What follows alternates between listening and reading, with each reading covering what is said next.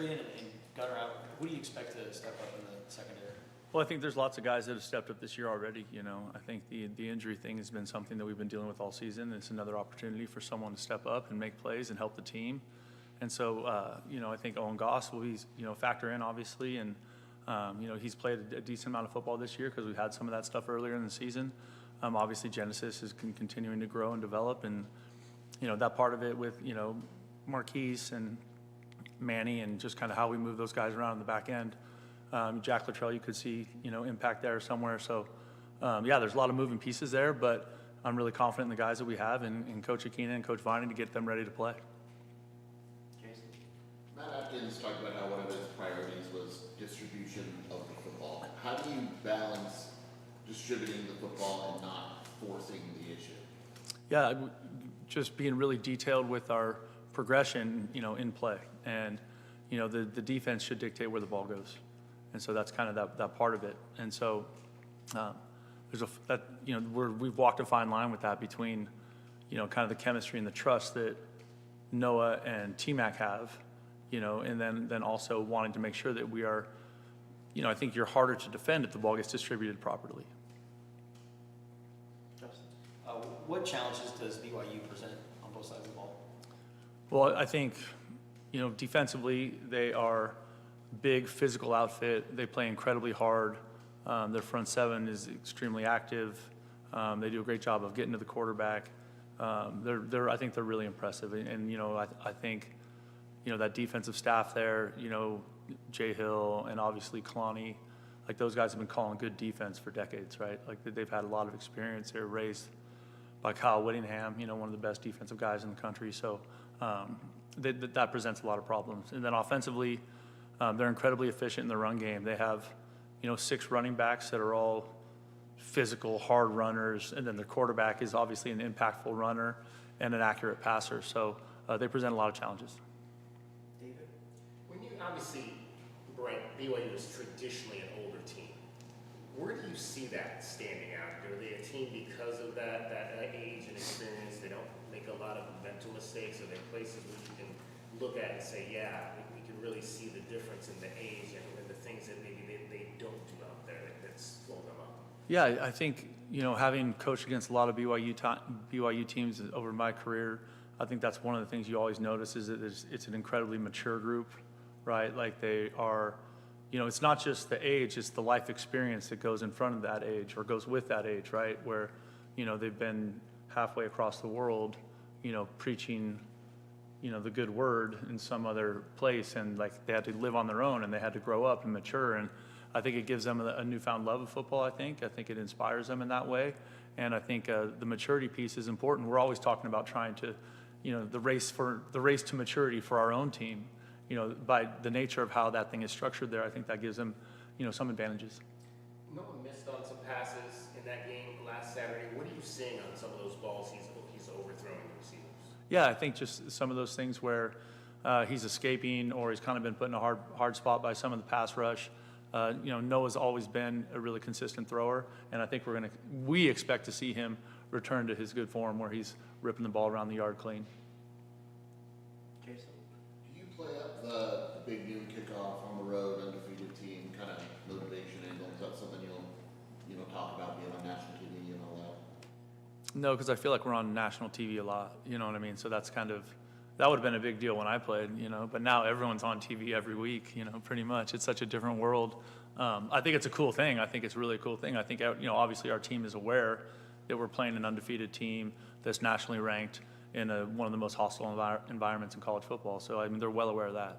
And then offensively, although the points weren't there, you guys got in the red zone, like you mentioned, it was 7 times or whatever it was.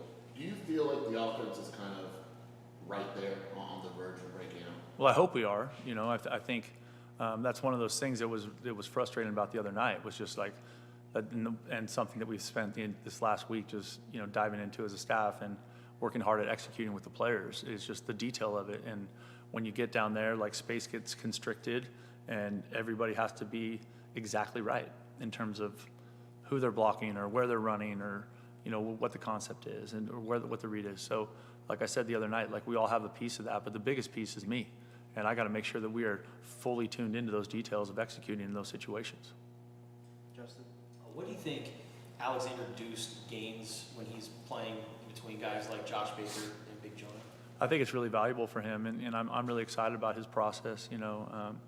He's obviously a really good kid and extremely hard worker, and we all see him growing really fast by these reps that he's getting in game.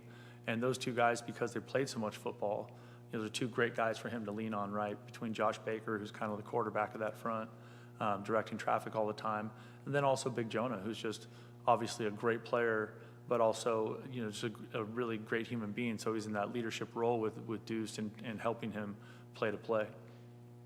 Ryan? There aren't really very many grass surfaces anymore in college football, a lot of turf. Yeah. Is there anything unique about BYU's? Is it a longer one? And does that in any way change game plan? It doesn't change the game plan. We practice on grass every day. I think, I played there a few years ago, and I didn't feel like it was one of the long surfaces. Sometimes when you went to play, some people, the grass would be 2 inches high, but they didn't do that. So this is a really good football team, right? They've got speed, they've got talent, they're well coached. They're 9 years into building their program. They know exactly what they're doing. And so, the surface is not the challenge there. David? Joey Copper got in for a few snaps on offensive line. What did you see? What did you like from what he brought? Well, I think that's been really, pleasant surprise. Joey's a guy that kind of joined us late in the summertime, and he's a really hardworking guy. It's really important to him. He's intelligent, and so that's given him a chance to get in there and know what to do and be right, and hopefully, stick on some people.